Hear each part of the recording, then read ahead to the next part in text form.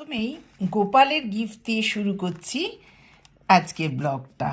এই দেখো, আমরা ব্যাংকক থেকে সবার গিফট এনেছি, গোপালের গিফট আনতে কিন্তু ভুলিনি। ধূপকাঠি কি আনবো বলো, ওর তো আর কিছু আনার নেই। এই দেখো। গুড মর্নিং বন্ধুরা, শুভ সকাল। ফিরে এসেছি আমরা থাইল্যান্ড থেকে।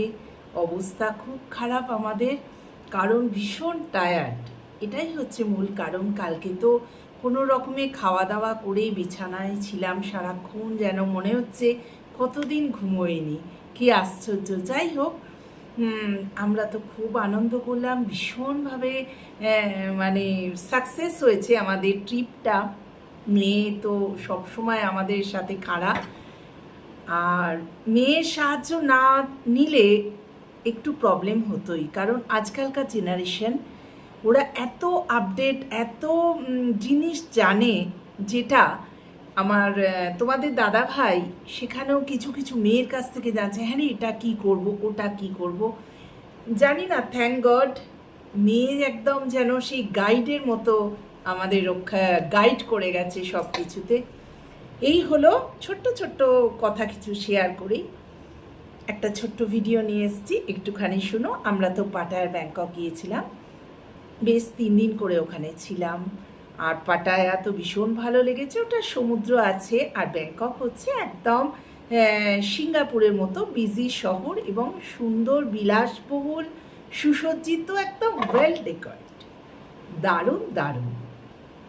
আচ্ছা, আরেকটা কথা আসি। পাটায়া থেকে যখন আমরা চলে এসেছি তখন মোটামুটি সেরম জিনিস কেনা হয়নি, কিন্তু এখানে এসে, অর্থাৎ আমরা সিঙ্গাপুরে এসে নয়, তোমার ব্যাংককে এসে আমরা প্রচুর কেনাকাটা করেছি। সেগুলো দেখাচ্ছি না, কারণ জামা কাপড়, জুতো, এই প্রথম তোমাদের দাদাভাই নিজের জন্য প্রচুর প্রচুর জিনিস কিনেছে। ওই জামা কাপড় আর কি, সেগুলো আর আলাদা করে দেখানোর কিছু নেই, এখানেও পাওয়া যায়, কিন্তু ওখানে যেহেতু গেছি সেহেতু কিছু তো আনতে ইচ্ছা করে।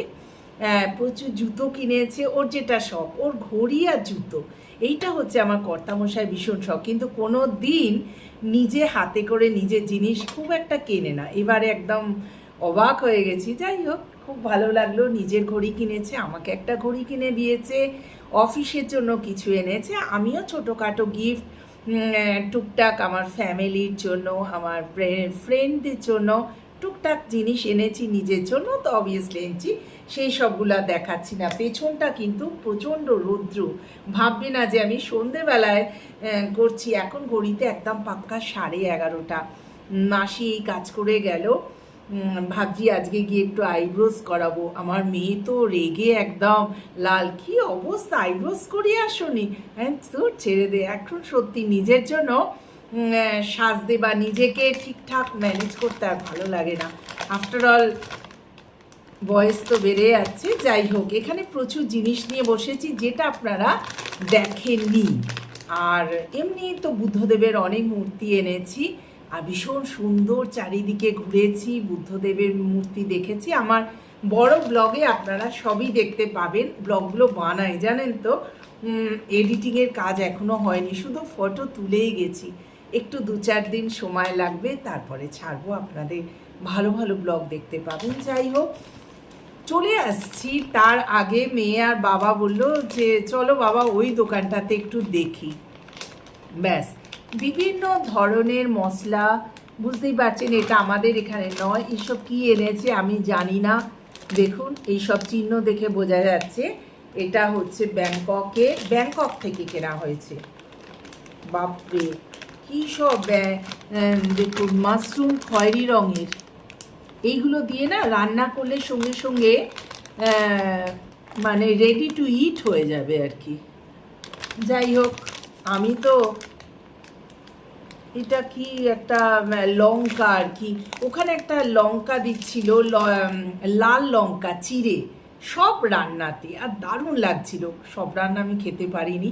আমি থাই স্যুপগুলো খুব ভালো খেয়েছি, যেহেতু নারকোলের দিয়ে করা আর কি, নারকোল পেস্ট দিয়ে করা বা নারকোলের দুধ দিয়ে করা, আমার মেয়ে আর তোমাদের দাদা ভাই ওরা খুব ভালো এনজয় করেছে, কিন্তু আমার একটু খাওয়াতে একটুখানি প্রবলেম হয়েছে। যাই হোক, এইটাও কি তেঁতুলের মতো, এটাও জানি না। দেখো, সবই এই গোছাতে বসেছি না, তাই ভাবলাম তোমাদের সাথে একটু শেয়ার করি। এসব হচ্ছে থাই কারি, চিকেন কারি, সব মশলা এনেছে।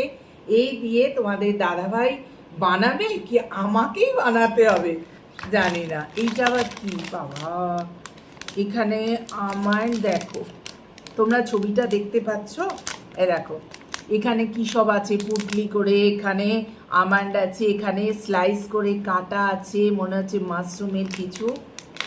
এই বাপ রে, আমি প্রথম দেখছি জানো, তোমাদের দেখাচ্ছি। ও গ্রিন কারি পেস্ট, এটা।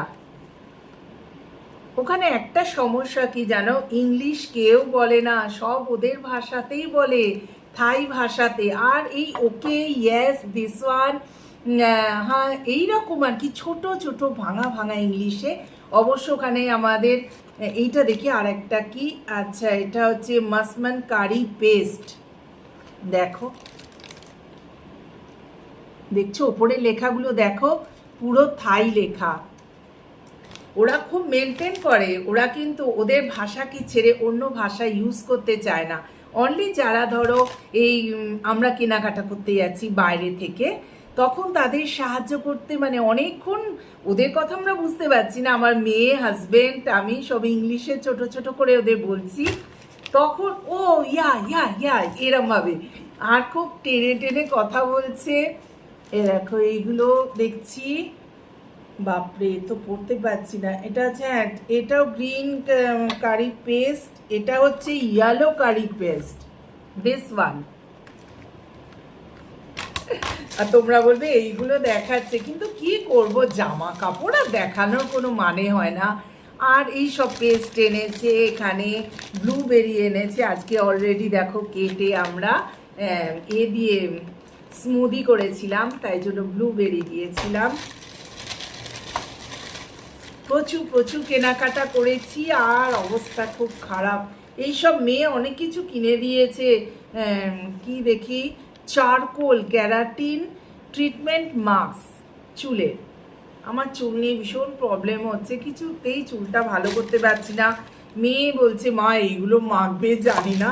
ও তো এত জিনিস কিনে দিয়েছে আমাকে, ড্রেস কিনে দিয়েছে প্রচুর, কি বলবো আর, যা পড়ে গেল এইসব মাস্ক মুখে মাখার। এটা হচ্ছে একটা লিপ বাম, প্রচুর জিনিস।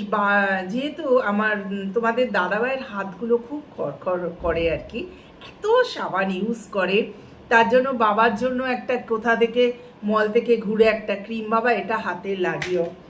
যাই হোক, সব মিলিয়ে ছোট্ট একটা ভিডিও দিলাম, আপডেট। তোমাদের কেমন লাগলো জানিও। আর পাটায়াতে অনেকেই বলে, অনেক জায়গা যেখানে আছে খুব খুব একটা ছোটদের নিয়ে যাওয়া যায় না, কিন্তু তারা তাদের মতো আছে। সব কিছু তো আমরা তাদের জীবনযাত্রায় হস্তক্ষেপ করতে পারবো না, কিন্তু ওরা খুব এনজয় করছে। আমরা যখন সকালবেলা উঠছি ঘুম থেকে জানো, তখন ওরা দেখছি already 80 years old man woman both সমুদ্রের ধারে ছুটছে, কানে গান লাগিয়ে, হাফ প্যান্ট পরে, একটা স্যান্ডো গেঞ্জি মতো কালার পরে, ব্যাস এত শরীরচর্চায় ব্যস্ত। তারপরে ওরা শরীরচর্চা করেই বসে যাচ্ছে ওরা রেস্টুরেন্টে, মনে হয় বাড়িতে বোধহয় রান্না টান্না করে না। সঙ্গে তো রয়েছে অবশ্যই বিয়ার, ওই সব নিয়ে ব্যাস সারা দিন খাচ্ছে, তারপরে খুব এনজয় করছে। ওদের দেখে মনে হচ্ছে কোনো অফিসের তাড়া নেই, কিছু নেই। এটা হচ্ছে পাটায়া। পাটায়া একটুখানি হালকা শহর, আর এ তো ভীষণ বিজি, এত জ্যাম এত জ্যাম, মানে আমাদের মাথা খারাপ হয়ে যাচ্ছে। একটু বেরোলেই, আমরা লাস্টে একটা ক্রুজে গিয়েছিলাম জানো, হ্যাঁ সেই ক্রুজে আমাদের টাইম ওভার হয়ে যাচ্ছিল, যে কি করে আমরা পৌঁছবো, এত জ্যাম। খুব বিশাল বিশাল গাড়ি, যে গাড়ি চেপে আমরা কোনোদিন চাপতে পারবো না সেই গাড়ি চেপেছি, বিকজ ওই গাড়িগুলোর যাদের নিজেদের, তারা এইসব ক্যাব বুকিং এইসব করে জানো তো, ক্যাবে ইউজ করে। বিশাল বিশাল গাড়িতে চেপেছি, আর দারুণ দারুণ হোটেলে খেয়েছি, রেস্টুরেন্টে হেভি মার্কেটিং করেছি। মাঝখানে আমার একটু লাগছে না, আমি বলছি আর বেরোতে পারছি না, কিন্তু তোমাদের দাদাভাই ছাড়বে না, যত কষ্টই হোক ওখানে তুমি গিয়ে রেস্ট নেবে। এখানে এসছো যখন, তখন আমরা তো সবসময় যাব না, যেহেতু এখানে এসছো তোমাদের ঘুরতেই হবে।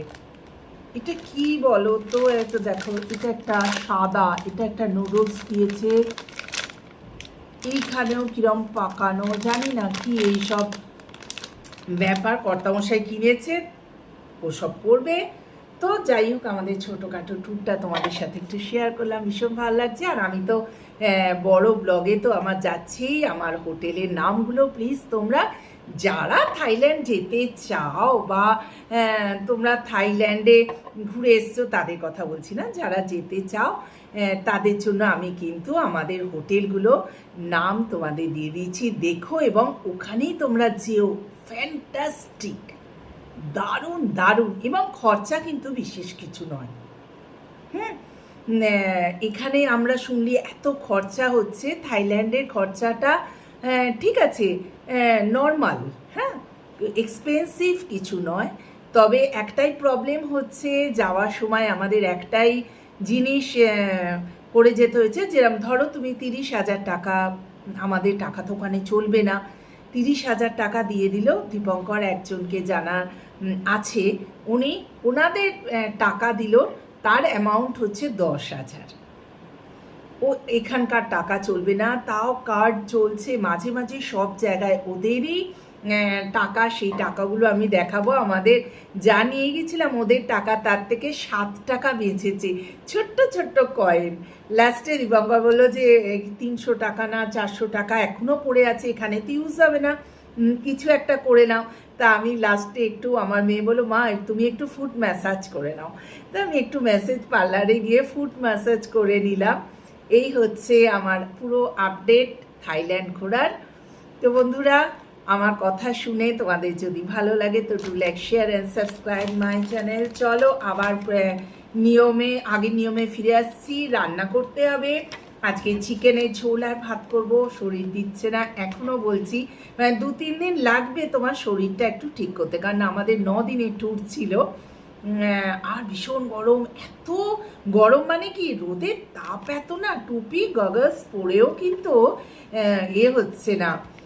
তবে কেউ এত পিসফুল শহর না, তখন মনে হয় আমাদের এখানে কি অবস্থা, রাস্তাঘাট এত সুন্দর, আর যেটা তোমাদের ব্রিজগুলো এত সুন্দর, রাস্তা কোনো ঝাঁকুনি নেই, কি সুন্দর। আর সব থেকে লাস্ট একটা কথা বলে শেষ করছি, যেটা হচ্ছে ওরা সব সময় এরকম ঝুঁকে যাচ্ছে, মানে আমাদের নমস্কার করছে, হাত তুলে নমস্কার করছে, মানে এত বিনয়ী ভাব প্রত্যেকে, শুধু আমাদের নয়, এটাই ওখানকার কালচার, এত দারুণ না। সেইটা ওখান থেকে কিছু শেখাও আছে।